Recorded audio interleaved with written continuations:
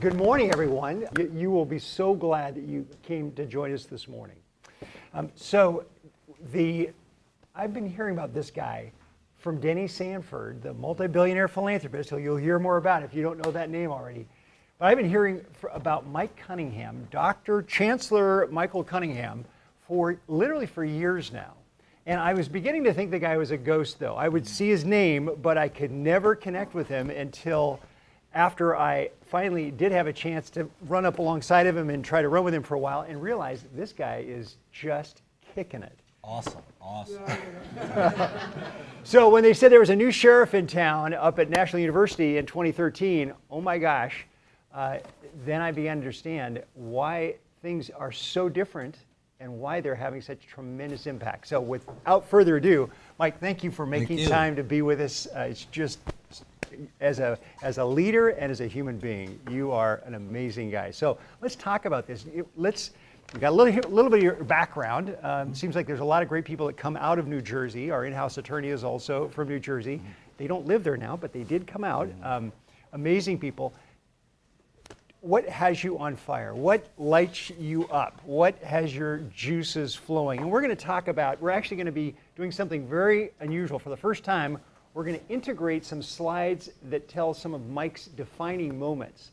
So there's some great stuff I want to get to as well, but we're the first time we've ever done this. So there's a little bit of a sense of like, how's that going to work? But so Mike, quick, give us your flyby on what has you getting out of bed in the morning and jumping. First of all, thank you for waking up so early to come listen to this conversation. And if I can live up to half of what these guys are saying about me, it'll be a big feat, trust me. But anyway, thank you, Ed, and thank you, Phil, for that nice introduction. I think at this point in my life, what really drives me is what drives my whole life, and that is building world-class organizations and then working side by side with team members, learning from them, working with them, and then helping them grow their careers and as a team and as a community asset. So any industry I've been in, any job I've been in, it's always been in and of the communities in which we serve, because that was the basis from everything we did, serving the community and serving families and serving customers. So that's what we do. So get us now from that incredible career. Actually, we're going to talk a little bit about how you ended up being the what was it? Not the glad. The hefty man. The hefty man. Yeah. So you look at Mike, and this guy's pretty buff, but one of your nicknames was the hefty man. Yeah. And we're going to talk about that, where that name comes from, and it's not what you think. Okay, so plant the seed, just hang in there. I am the heaviest I've ever been in my life right now. One of the things that I love about you is that you talk about that there's this sense of urgency, this drivenness to help others become the best they can be and really strive to be all that they can become. And that has now taken you with some programs at National University. Sure. Let's talk about that. I wasn't planning on it yet, but I think it's so important. National University has been putting the legs to some ideas that the multi-billionaire philanthropist, Denny Sanford, who calls you every day, you were able to do some things that academic research had kind of come along and said, okay, here's the research on why people get divorced. Here's research on why not-for-profits are not having impact in their communities. Nothing actionable. And an opportunity came up for you to make it actionable. Yeah. So tell us about that story, I'll tell you about how you met Denny. A quick story. Denny Sanford, he's one of my best buddies now, a great guy, role model to me. You all know Malin Burnham, I'm sure, heard the name if you haven't met him personally. He's Mr. San Diego, basically. He's 92 years young and looks better and better every day, and he's amazing. More energetic. But we were going, I guess around 5 years ago, a little less than 5 years ago, going to an event to honor him at the San Diego Yacht Club. So I pull up in my black Ford truck, and then this guy in front of me with South Dakota plates pulls up in a Mercedes-Benz, a kind of beat up, older Mercedes-Benz. Guy gets out, and he says, hey, you going to the Burnham event? And I said, yeah. He goes, where is it? I said, I think it's right over here. He goes, oh, can I go with you? I said, sure. And he goes, Denny Sanford. And I look at him, I said, are you the Denny Sanford? He goes, yeah, that's me. And he said, I've been trying to get a hold of you for the last 3 years when I was dean over at San Diego State Business School. And he said, oh, Mike Cunningham, Malin told me about, and he had this memory that he knew about me, things I didn't even know about myself. It was like, wow, this is pretty impressive. This is Denny Sanford telling me this. And he goes, listen, I want to talk to you about some programs that I have that just haven't been able to get off the ground. And so I said, all right, great. So he told me, first thing was about philanthropy. He says, I get asked for money every day for thousands and thousands of dollars and millions of dollars. And many times people they don't know how to ask me. They just don't know how to ask me for money. It's always about what they need, not fulfilling my vision or how I can contribute to society. It's what they need. They have to make payroll. They need this, or they have an idea. And I said, I really wish people knew how to ask for money. Because I don't like being the only one in the group donating and then saying, oh, it's all on me. I need other people to donate too, and the folks that I donate with have to be able to ask. So that luncheon, all afternoon, he's looking at me and putting a thumbs up. I'm going, God, what is going on here? So I said, give me a week and I'll put together a plan. So I did, and we met, and I gave him the plan for the Sanford Institute of Philanthropy at National University. And it was all about metrics. What are the goals you're going to hit? What are you going to teach? We need content. And we developed that program, and at that same time, he had two other programs he developed at ASU with Michael Crow, invested around $20 million, but they didn't get rolled out nationally. So we put together some plans to roll them out nationally. And at the end of this presentation, you'll see the effects of all three programs, but that was the Denny Sanford meeting. And Mike, what I love is you talk about KPIs, key performance indicators, is you're using that at National University as well. You came in and said to the board, guys, men and women, I'm out of here on this date. I mean, here they're excited. They've gone through this extensive search process to try and find the best visionary to lead the next generation. And you show up with great excitement, great fanfare, and one of the first things, as I understand it, is you said to them, "I'm leaving you on this date," and God 10 willing. years. And there was a reason for that. So unpack that for us, because how many of you as entrepreneurs, and I know many of you in this room, if not all of you, how many of you have really stated what, again, begin with the end in mind? It's exactly what Mike did. Not that he's going to roll up and that's all he's ever going to do now. But he was setting it down to say, this is where I'm going, and it's going to be a great ride, and for those who want to be with us, we'll be there. But it's not going to be forever. Yeah, when I got hired at National, it was I said that I'd do 2 5-year terms if they wanted me to, but then on my 63rd birthday, I was going to walk away from it. I retired when I was 40. Before I was retired for 7 years, and I'll talk a little bit about that. But I think it's good to have an end in sight, especially it gives your team members that you're working with saying, who wants to fill my shoes, and then you can move up in the organization. I think that's important. What I coach some of my students on in business is they're always thinking about an exit strategy. But they get it confused because the exit strategy isn't for them. The exit strategy is for their investors. And all too often I said, you know what, when you start a new business, you have to think about, at least this is my opinion anyway, you think about, I'm in it for the long term. I'm in it to grow this organization to be the best it can, and I'm ready to spend the rest of my life here if I have to be to make it successful. And the exit strategy, again, is for the investors. So a lot of folks say, no, I'm going to be in it for 2 years and I'll move on to something else. Well, no one's going to invest in you if you say, you're one and done type of a thing. But when you get to be in the position that I'm in right now, I think it's important to set that vision for the rest of the group, saying, all right, what are the goals? And I also said to my board, I said, if I can't get done what I need to get done in the first 5 years and then subsequent 5 years, then I'm the wrong guy for the position anyway. Well, what I love about that is you really also galvanize that next group of leaders behind you, because they know there is going to be an opportunity for them to lead at a higher level, but they also have to show that they can lead at that higher level. Yeah. So it comes down to the whole organization. There has to be a lot of trust there too, I believe, because when many of you will do succession planning in your organization, and you do the 3x3 boxes, and you work out who's ready now, who's ready in 2 years, who's ready in 5 years. But what I wasn't ready for was there has to be a huge amount of trust amongst all the senior team members. Because if you don't have that trust, then it gets to be, okay, I have to do something so that that person doesn't get ahead or whatever. And it creates animosity. So you have to take a few folks off the ledge and say, no, this is not a threat to you. This is a good thing that we're planning for the future, and you have just as much opportunity as anyone else.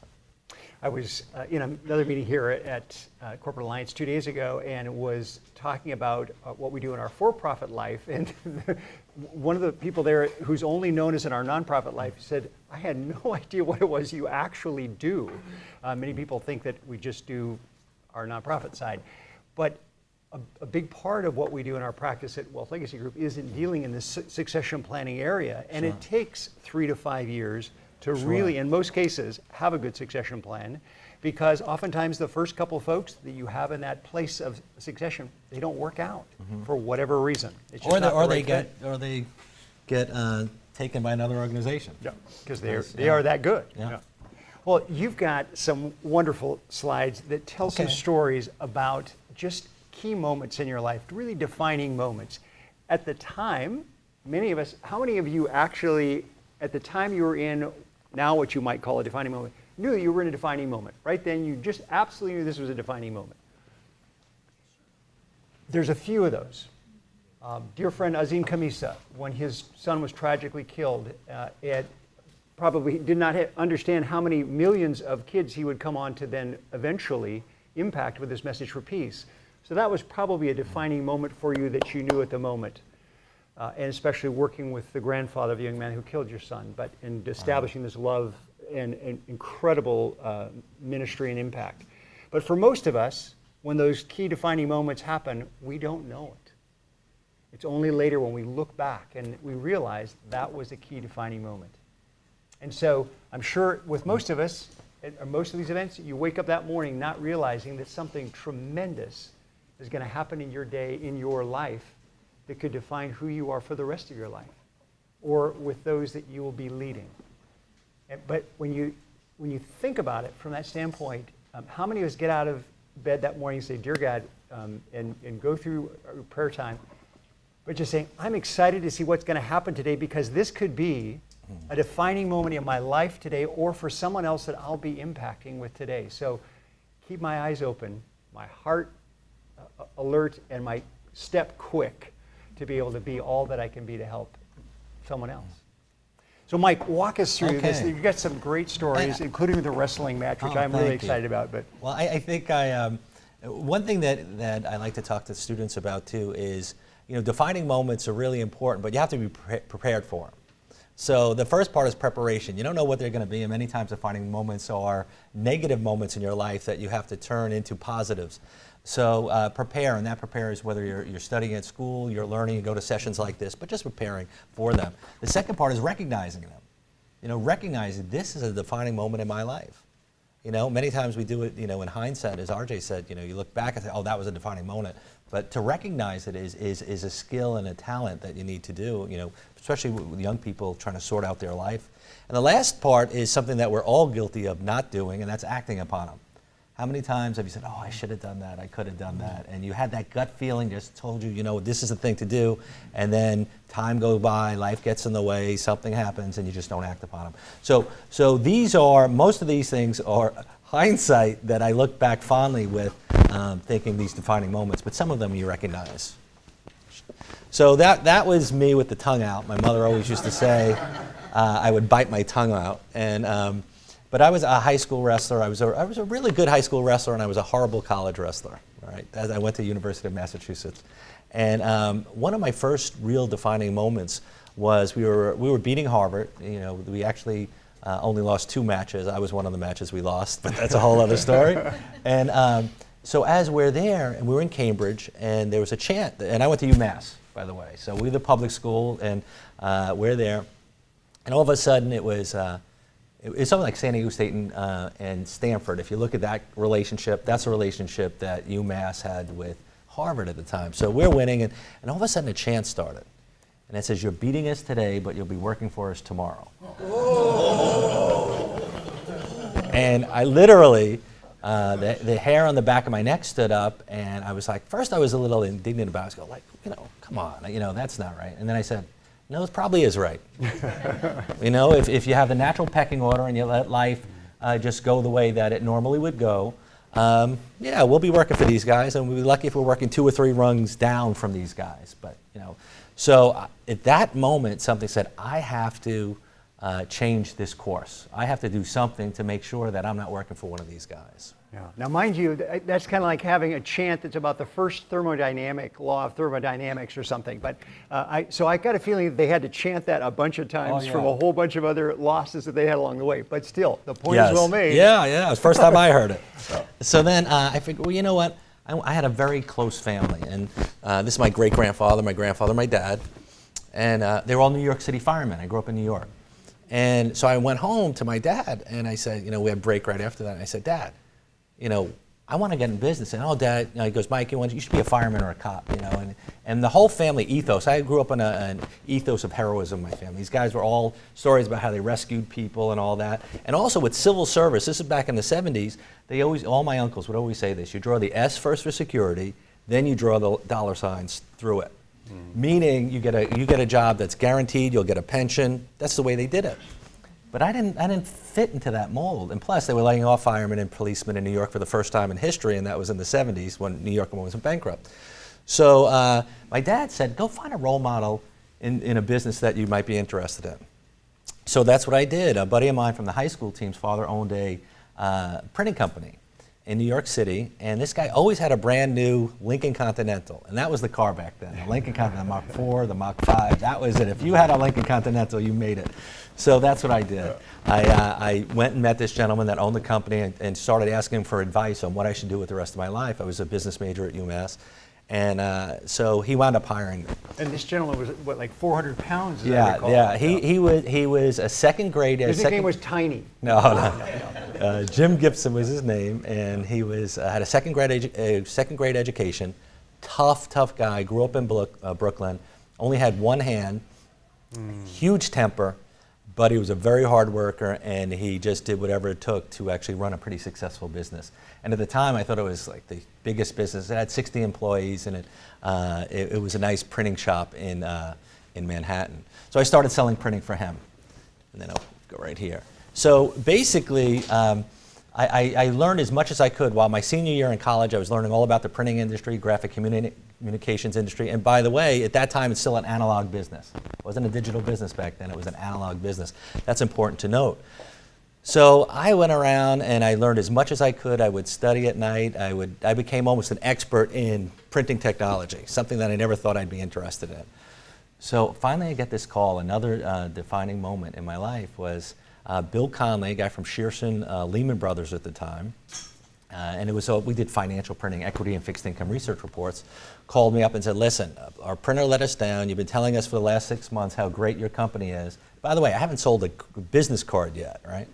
And he said, come on, we have a job for you. So it was a Friday afternoon, go up to the World Trade Center, and it was this, right in the South Building World Trade Center. They were on the 106th floor. Those of you who remember, the 107th floor was the observation desk, so they was one of the top floors.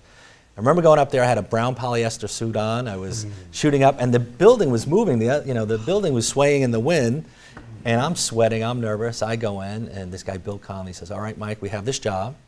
It's a 64-page, 8.5 by 11, two-color job. We need 10,000 copies, 8 o'clock on Monday morning.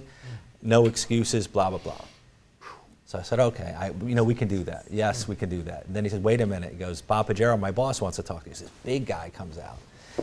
And he says to me, and this really defined the way that I ran every business or any organization that I have. He looked at me and he says, okay, you've been telling Bill what a great printing company you guys have and blah, blah, blah. He says, let me tell you. He said, this is a $500 million offering we're doing. And we can't start offering this until you print this thing and get it delivered at Monday at 8 o'clock in the morning.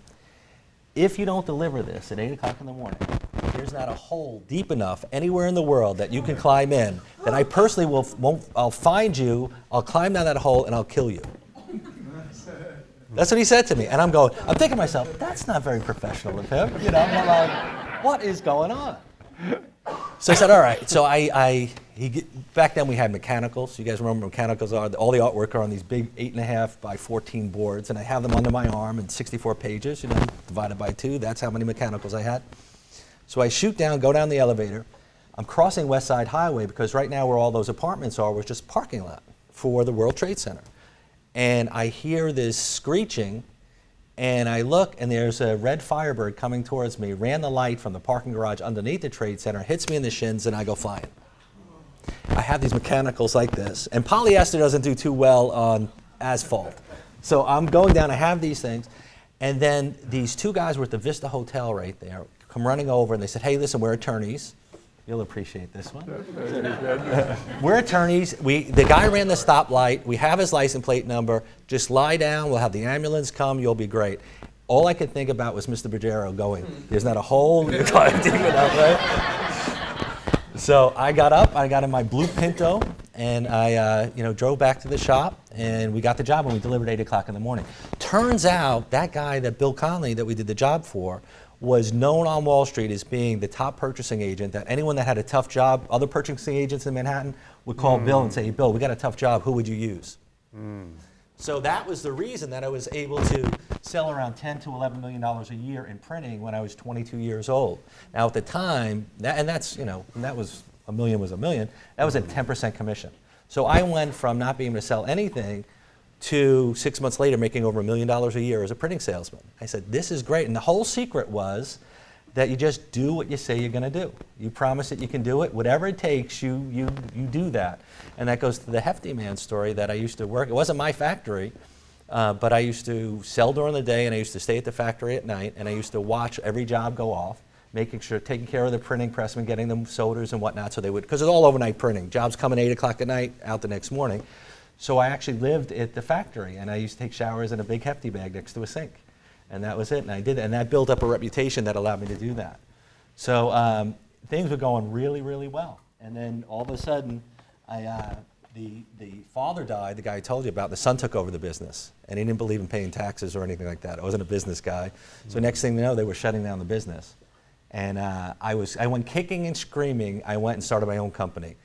Because we had such a service level that there were other companies that couldn't really deliver what we could deliver, so I had to start my own company to do it. And that's how I became, I think it was May 5th, 1989, I started Cunningham Graphics. So that's what defining moment. And I want you to make sure you catch that as well, particularly for those, how many people are involved in sales, where you're going out and calling and sharing opportunities about what you can do? Okay, most of us actually, whether you're a professional or not. Did you get that? For 6 months, he'd been calling on just this one account with 0 orders. And there's a great saying I love about people that are lucky. And my favorite saying about luck is where preparation meets opportunity. Where preparation meets opportunity. Mike had been calling on these people consistently, showing up, giving them an opportunity to do business together. No thank you, no thank you. And then all of a sudden, the need arose. And because Mike had been planting those seeds, we never know exactly when it's going to start blossoming. And so we just keep showing up. So if you're feeling discouraged right now, and how many of us haven't at some point in our careers gotten discouraged, like, I'm just not going to do this. Remember Mike's story. And we just never know when it's going to be showtime, game time. Remember, I'm trying to think, there's a professional baseball player who would go in there and he said, he was asked, why do you continue to show up and give it 110% every single game? He says, because I don't know who is there for the very first time, that has never seen me before, and I'm giving that 110% for that person. It was Pete Rose, who had some other issues that came back to haunt him, but nonetheless, that was his hustle. Okay, good stuff. And we're only on the first 2, so keep going. Okay, so we'll pretty much had some pretty great clients, all financial clients. So as I said, May 5th I opened up. We had 10,000 square feet. I had one press, and the press was it was a bold thing to do. We had to borrow $17,822 a month was the lease payment on that press. And the best day I had was signing that off and paying it off, I should say. But that gave you another lesson too, that there was you had PGs on everything. And a lot of folks, especially young students, they don't realize what a PG, a personal guarantee. So although you're a corporation, many times you have those PGs that you have to deal with. So when it's really a badge of honor when you can get that PG removed from everything you borrow on a corporate level. So that was another pretty neat spot. So one thing if you think about organizational culture, Edgar Sheen is a great guy, and he a professor at MIT, and his whole specialty is organizational culture. And I always enjoyed his discussions on culture and how you can create a culture that actually manifests your values, your beliefs, if you're a young entrepreneur, and how you can build an organization so that you don't want people that mimic you, but you want people that share in the same values, and so that you almost have like a holographic brain and holographic organization where if you're not there, someone else can step into your shoes and handle a situation similar to you. And if you have the right people, hopefully in certain situations they'll handle it a little different than you, but better than you. So that was something that we decided to do, was try to build a culture, a culture of yes, I call it. And the easiest thing to say in the world is no. And the reason why the easiest thing, and many of you guys have been in both sides of this, where as soon as you say no, everything stops. Right. You don't have to work anymore. You say no. Can you do this? No. Okay. But you're not going to get those beautiful opportunities by saying no. So if there's any way you can have a culture of yes, where you say, yeah, I know, and believe me, that first story, I wasn't the first guy that Bill Cunningham went to. I was probably the last guy he went to. I definitely was the last guy he went to. Because he never did business. He called us all his regular, no, no, no, no, no, no. I was the first one that said yes. So that's a type of organization you want. You want people to say yes when it can, but you don't want to disappoint. So you have to say yes no matter what, but you have to deliver and you come through. So building an organization that has a great culture is important, a culture of yes. So how do you do that? How do we do that? And we can go to the next slide here. Is what we did is I learned early on is celebrate the small successes and meet people where it's a place in your organization that is different than the norms of the hallways and whatnot. And so we started a little running team. This is 1992. And I just started jogging, getting ready for the marathon, New York City Marathon. And by the way, our factory was right next to that park. That's Liberty State Park. That's, of course, the trade centers. This is, let's see here, that's me. That's my daughter, Christine. That was my then wife at the time. And these are employees, and these are customers. And that's my dad over there behind the bagpiper. And it was a corporate challenge back then. There were races, 4-mile races. We would enter. And it started with just 2 of us, 3 of us, and the people saw us running in the morning at work. And basically, it was a real nice culture. You got to learn about their families. They would learn about you and get the insight. So it created a culture, and a culture of storytelling, too. We tell each other stories. Now, I must tell you, our head of HR was Jamaican. So we had some ringers on the team. Yeah. And we used to win all these corporate challenges with our Jamaican runners. They were great. But anyway, so that was part of it. And then just celebrating those successes and taking that into the factory and into the office where small successes, we would just really celebrate them, and those successes got bigger and bigger and bigger. So here's something that we talked about where, RJ asked me, so tell me about a challenge, an obstacle that you had to overcome that could have been devastating. And we built this business, and it was a really good business, teamwork. We were delivering, we were customers loved us. And then out of no fault of our own, First Boston was a big customer at the time. They got bought out by Credit Suisse. So now it's Credit Suisse First Boston. And they were an international player. And they said, you know what, this woman right there with the white hair, Peg Filan, was my customer at First Boston. And she said, Mike, I got some bad news for you. He goes, we're going to pull the account. I said, why? He said, well, the new owners want to deal with an international printer that can solve all their needs around the world. And that was going to be R.R. Donnelly, which was the biggest printer in the world. And I said, well, Peg, can you give me 2 months to figure something out? She goes, I'll give you a month. Now, this is why education, the nexus between education and my life is so interwoven, in that I was actually going to school at NYU at the time for my master's. So I brought this problem to my classmates and to my professors, and I said, what am I going to do? Let's figure this out. So at the time, there was a paradigm shift that was happening, and the paradigm shift was from analog to digital. And our model was print and distribute. So we would print overnight in New York. New York would get it that next morning.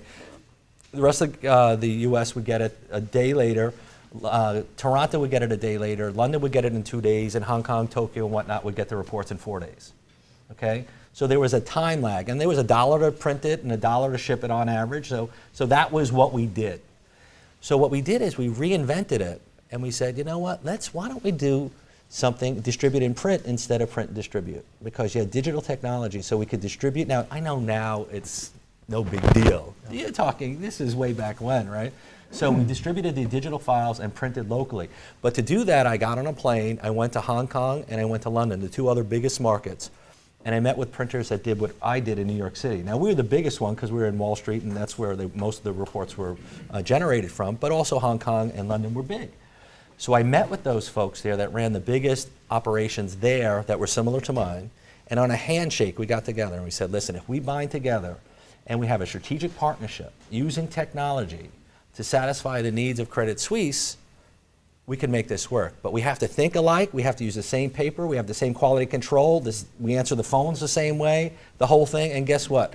You keep whatever profits you get in your region, I'll keep whatever profits I get in our region. So I wasn't going to take any of theirs, they weren't going to take any of mine, but it was survival.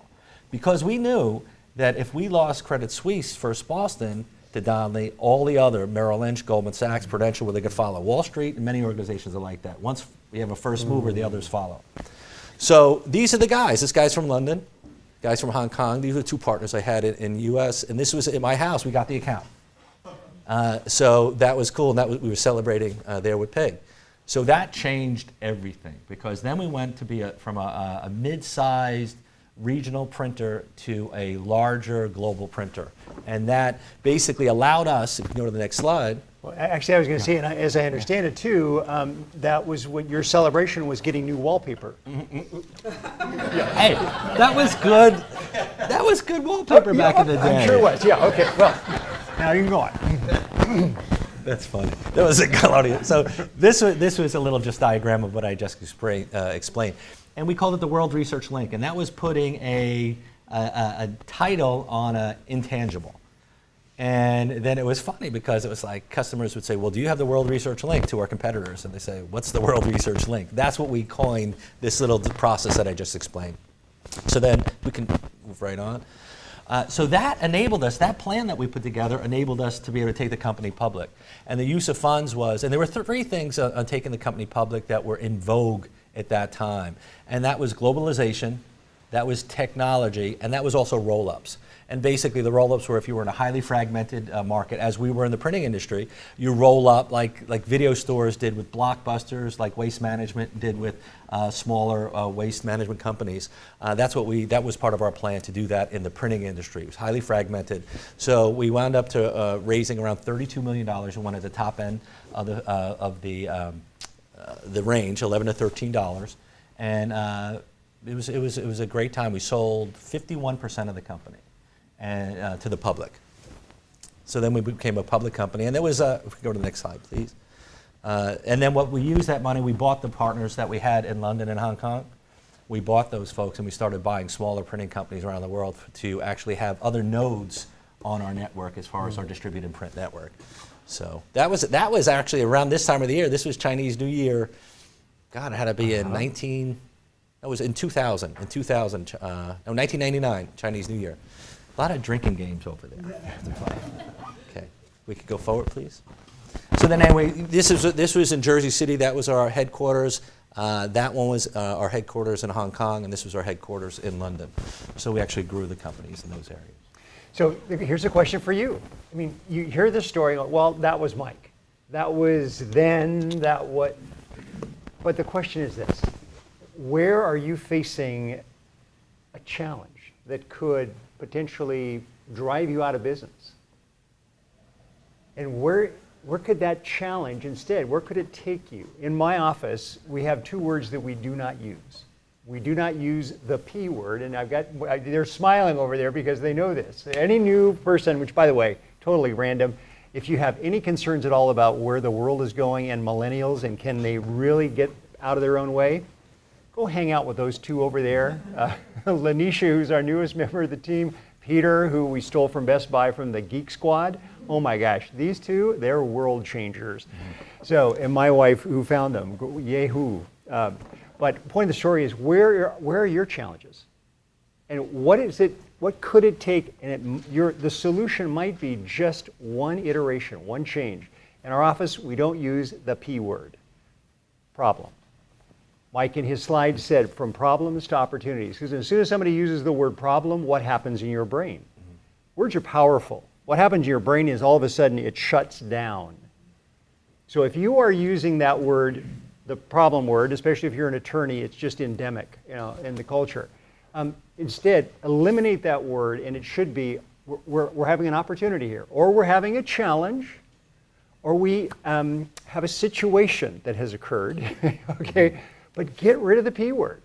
And then personally, I don't like the C word, cancel. Nobody ever cancels anything. They might postpone it. They might have we're going to wait for a while on this, but nobody ever cancels. So get rid of those negative words, get rid of those negative situations, and look ahead to say, where's the opportunity here to take it to a whole new level? And what Mike did is also, he surrounded himself, he went to people that were also doing what he was doing in an extraordinary way. Extraordinary leaders in these different places said, tell you what, we got mutual survival is on the line right now. Are you willing to jump into the battle with me? And let's go and take it on. So that's, where are you right now? And guess what? You are maybe that close to the most extraordinary breakthrough you've ever experienced thus far. Again, another defining moment. So, back to Mike. All right. I have no idea what the next slide is here. Oh yeah, so we just kept on doing that over and over and over again, and it was, we never spent a lot of money on marketing at all.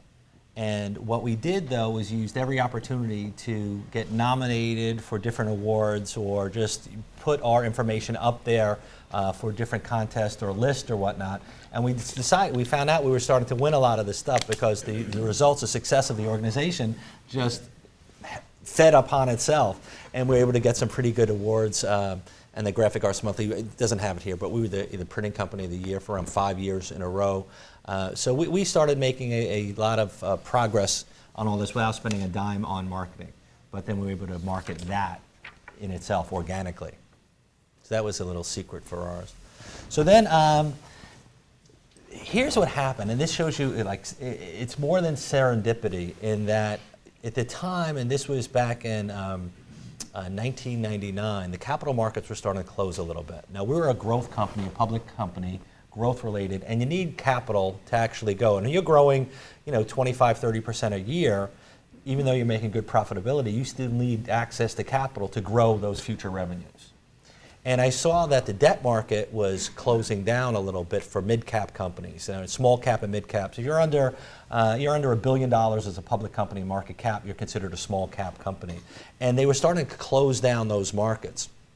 And I'm saying, and not far after that, usually equity markets will follow the debt markets. So I started thinking to myself, we're not going to be able to continue to fund our extraordinary growth.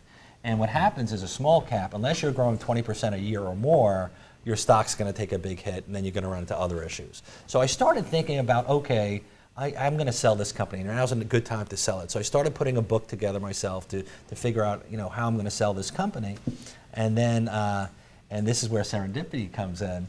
We had a customer of ours from Merrill Lynch, and we took over the in-house print shop at Merrill Lynch. They were a $20 million a year customer for us.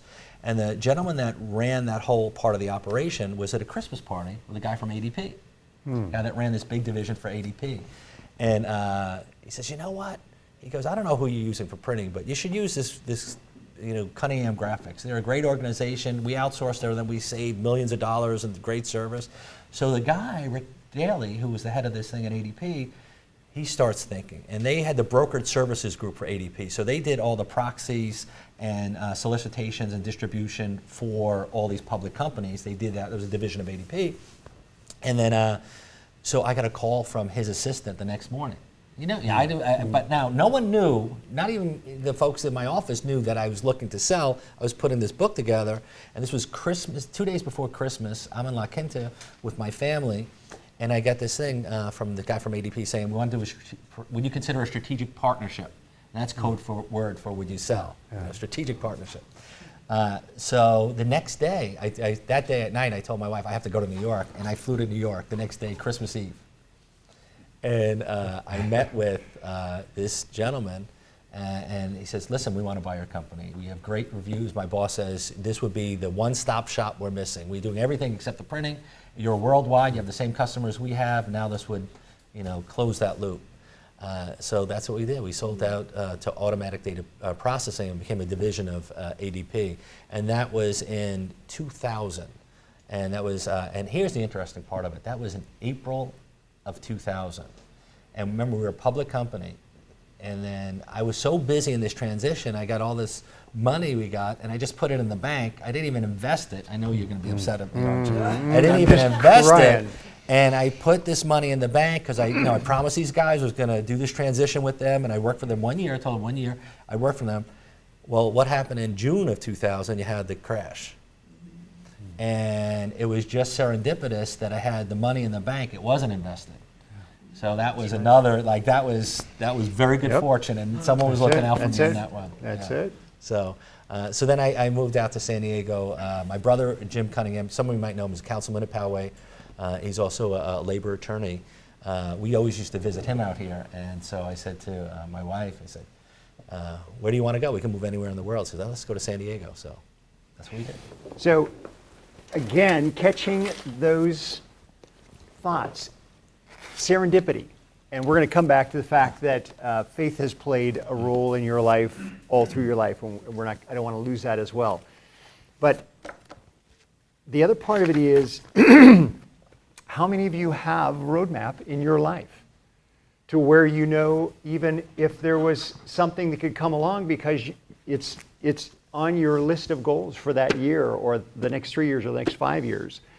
And whether it's getting a strength trainer, or whether it's putting new carpet in your house, or whether it's some of the other things. But how many of you have written goals that you look at every day to remind you of where it is that you will have, at least at this point, a destination?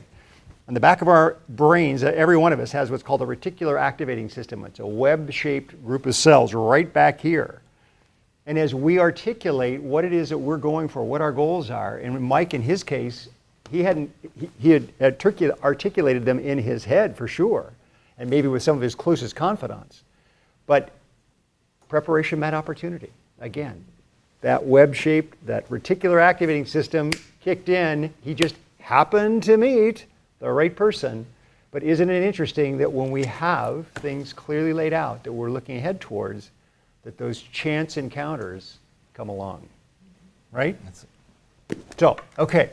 We got 10 minutes left. So okay. Table facilitators, be patient with us. I know but we're getting there.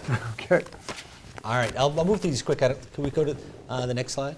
I don't even know what's good. Oh, so when I was still running my business at NYU, I told you I went for my master's there. I started teaching at NYU, and I really enjoyed the teaching component of it. So that was one of my goals, thinking about I want to be serious about teaching. So to do that, I needed a PhD.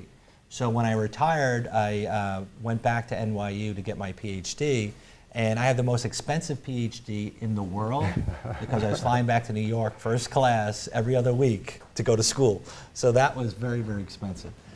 But it was a great experience, and I knew that to be credible in the teaching area, I needed that PhD. So I started teaching at San Diego State, and it was a really exciting time. At NYU, it was funny because we were so close to different bars and whatnot. I had all graduate students. I would take them for a drink after a test or whatnot, and I sort of did that here too at San Diego State with my graduate students. We go to the next slide. But one of the things that was really interesting, and it actually was a real defining moment in my life, and it changed a lot of people's lives, was when Katrina hit. And I think it was around 2005, 2006. It was one of my first classes at SDSU I was teaching, and I was teaching a business planning class, and how to write a business plan and whatnot. And I had around 200 undergraduate students in 3 classes, and I had around 30 students in my MBA class. And I said to them, I said, you know what? I said, we still have to do the regular curriculum and whatnot, but why don't we put a plan together to help those folks that were affected by Katrina? So I said, I'm going to put $25,000 of my money up, but we have to have a plan that will turn it into $1 million by the end of the semester. You guys decide how you want to spend the money, how you're going to raise the money. We're going to put the plan together. And I said, because there's 2 things I can't teach you in this class. And I can teach you how to write a business plan. We can do all that stuff. That's everyone does that. But I can't teach you that feeling, that sense of urgency. That you don't have that in that classroom. You don't get that. And then the other part was the implementation part. You know, you can have all the plans in the world, but how about implementing? So implementing and urgency. So we laid it out to them and said, we put the team together and we said, what are we going to do? Well, they did a great job. So what they did is had a series, like 7 different events, from a concert to a raffle. They had a BMW that they raffled off a 1-year lease. We had that on campus, and we're setting up these tents every morning and selling T-shirts, all this stuff. We had an art auction, but these kids, and it was funny, that one of the funniest things was, even on campus, you have these young people that they were afraid to approach another young person and said, would you like to buy a raffle ticket, or would you like to buy a T-shirt? Because most people are really shy, you know, but they get out and make the ask and say, hey, I'm pretty good at this, it's a good cause.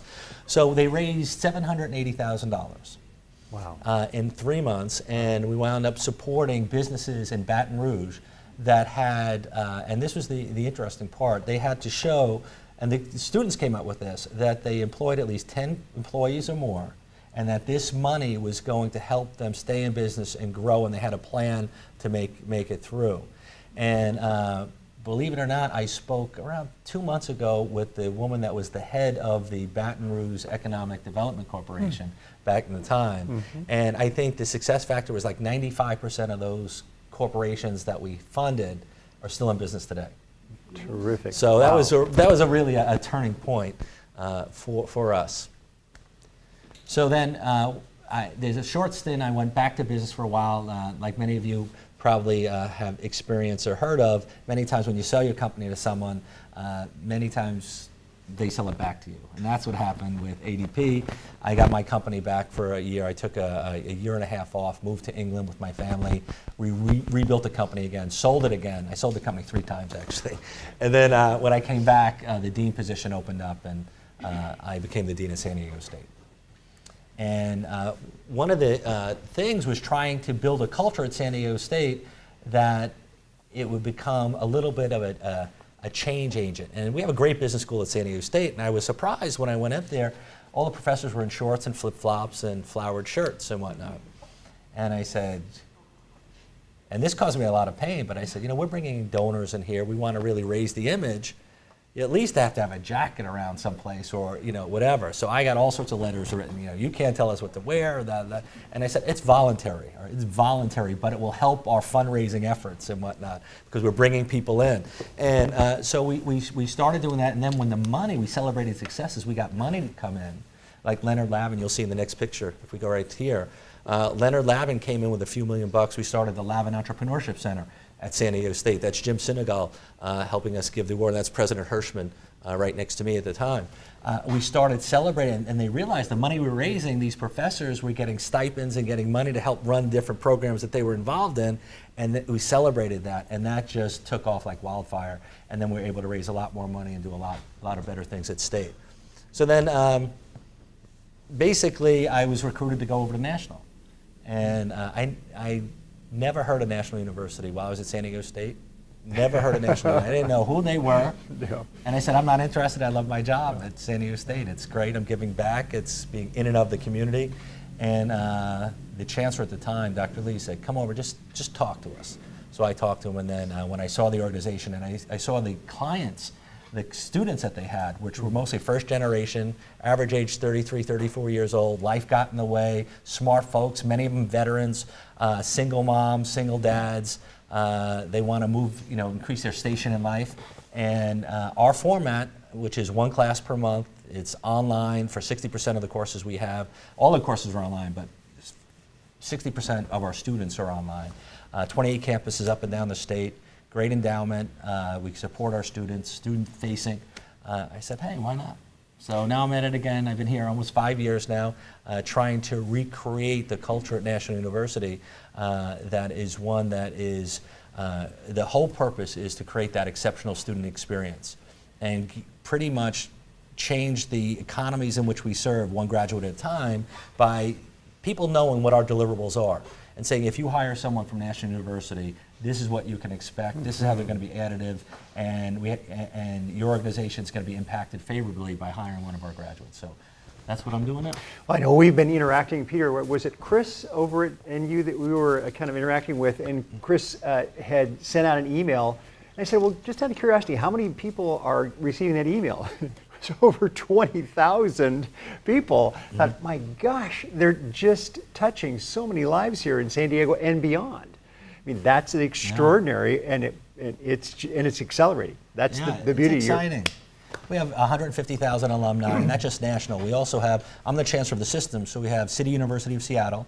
We have John F. Kennedy University, which is up at the East Bay area. And I have a smaller West Med college, and we have over 5,000 pre-college students. So we have virtual high schools and a few charter schools that serve the underserved communities, folks that can't make it in high school that need something else. We serve that community. So, next slide. We're getting close here. And by the way, just to let you know, I was presenting a few years ago with a dear friend of mine, and we were in this audience, and just as we're walking out, he kind of nudges me, he goes, by the way, I just changed a couple things on a couple of your slides, just no big deal. So I come up to give my slide, and it comes up, I have never seen this slide before, and I have no idea what it's trying to say. And so I've been doing this for a while, so I bluffed my way through it and got through it. I thought, dodge that bullet. Well, then comes the next slide. Doggone it, he tinkered with that one too. I had no idea what that slide had to say, but finally got through that one, and then came the third slide, and I had to tell the guy, I have no idea what this slide is trying to say. The only thing I did on your last slide is it's kind of building, it builds a little bit at a time. So I didn't change anything other than that, but I just thought I'd better warn you. All right. It's like, somebody stole my slide here. No, it's there. Anyway, trust me. Stay with me. So you'll see in the middle there, that's Denny Sanford, and that whole story was while we were working on those programs I told you about, before we even started those programs, I said, Denny, I have this old beat-up water fountain at our lobby of our La Jolla headquarters. And I said, I want to turn it into a living space, a teaching space where it can create buzz, have community nonprofits come in, present in there. We could have our MBA classes, our executive MBA classes. I really want to create this vibrant environment, and it would be a great place to promote a lot of your programs. So he said, how much is it going to cost? I said, I don't know, maybe around $3 million. And by the way, Dan, we're going to do it anyway, but I'd love to name it after you. And he says, so what's your ask? I said, oh man, $3 million. He goes, I'll give you $800,000. No, he goes, I'll give you $1 million, and I want it done in 6 months. I said, okay. That was 6 months later. We had the ribbon cutting. And that was the first money that Denny gave us, was around $1 million to do the Sanford Education Center. And right now, he's given us over $70 million to fund all these different programs and the Sanford College of Education. So these are the programs that we do for Denny, besides the Sanford College of Education, which, by the way, our College of Education is national. It's the largest college of education in the state. 11% of California teachers come through National University on an annual basis. And we have more teachers of the year and superintendents and principals of the year than any other university in California. And then you had, so three programs. If we go back to this, so we have the Harmony program, which is a social emotional learning program, pre-K through 6, that teaches people, young children, to celebrate their differences and to really embrace and in their own conversation, peer-to-peer, that whether it's gender differences, ethnic differences, socioeconomic differences, to talk about it. And it's a whole curriculum that's based around encouraging that cooperation and collaboration. And we have the top certification in the country for that. It's called the Castle certification, so that's exciting. Our Sanford Institute of Philanthropy, that's the one we had to start from scratch.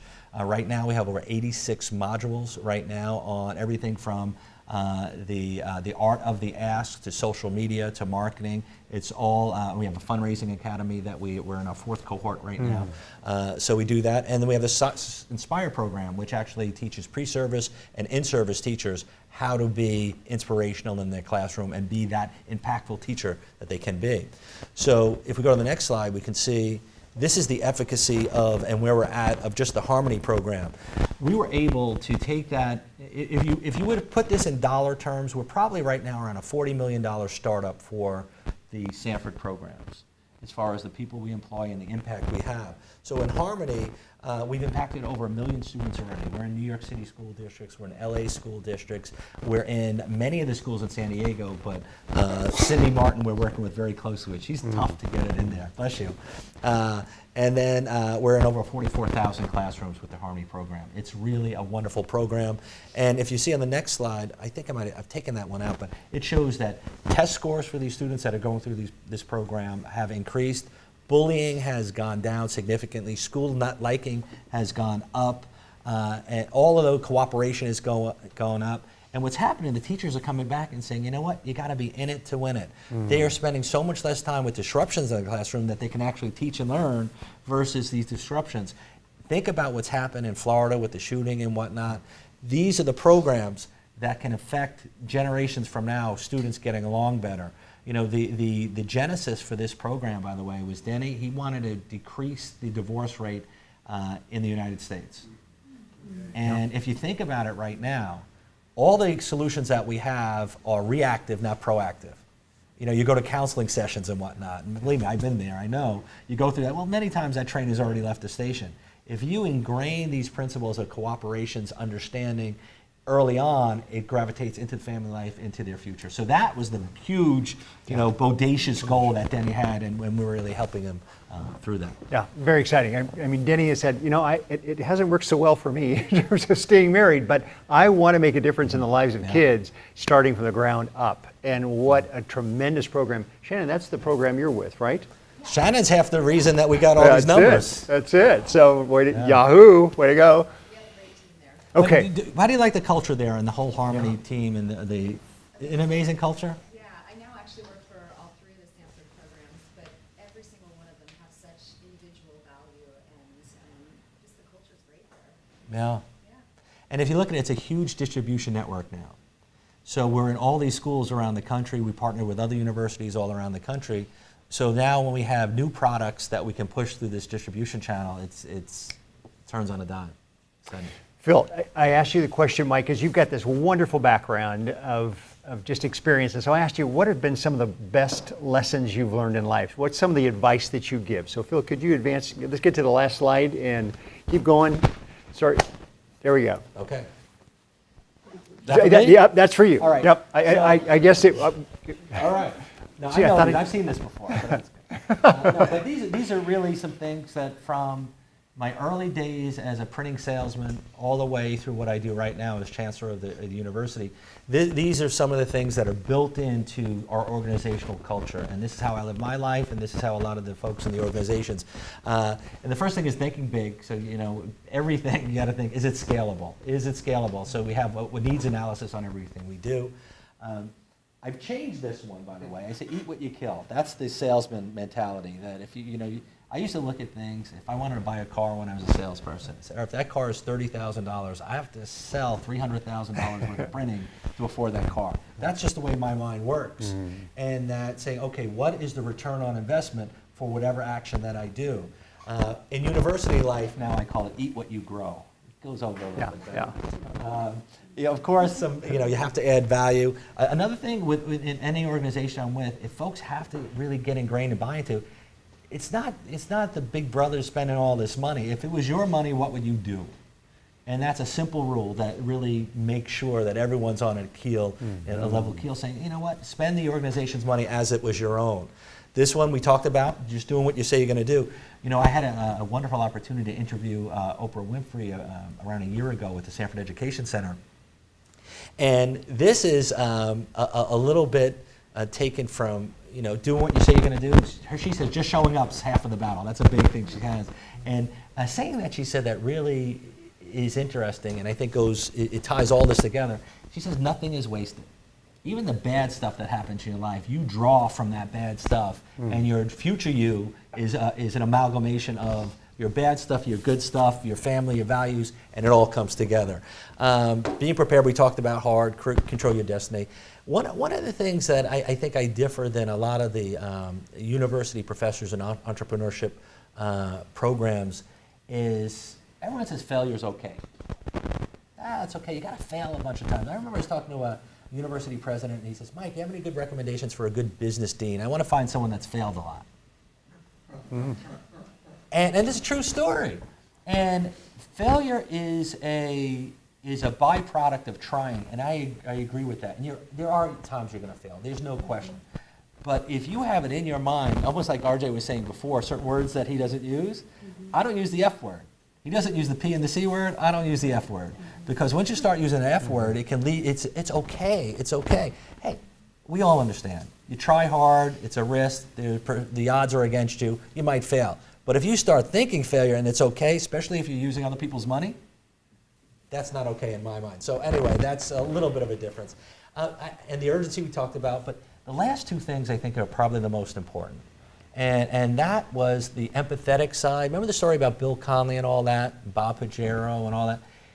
I just didn't want to let them down. I knew what their life was going to be like if I didn't deliver that job, pure and simple. So if you get into that thing, and all of you in the room I know are like that, if you put yourself in the other person's shoes and you're empathetic in their situation, it gives you a whole different lens on how to run your life and your organizations. And the last thing is be thankful. I mean, there's not a day that I don't get up in the morning that I know, Denny and I have these fights. He says he's the luckiest guy in the world. I said, you probably are, Denny. So anyway, but we are both very, very lucky and thankful because, wake up every morning and say, thank you, thank you, thank you. And thanking not only the Lord and folks that really helped you along the way, but also the team members and the communities in which you're in. Just be thankful. How can you give back? How can you do better? And that is more of a guiding compass than any of the other stuff that you have. Put yourself in a position to be thankful. Well, and I know that comes from the fact that faith has been an important part of your life. And you alluded to it a second ago. Just land the plane for us here as we wrap up and go to our table topics.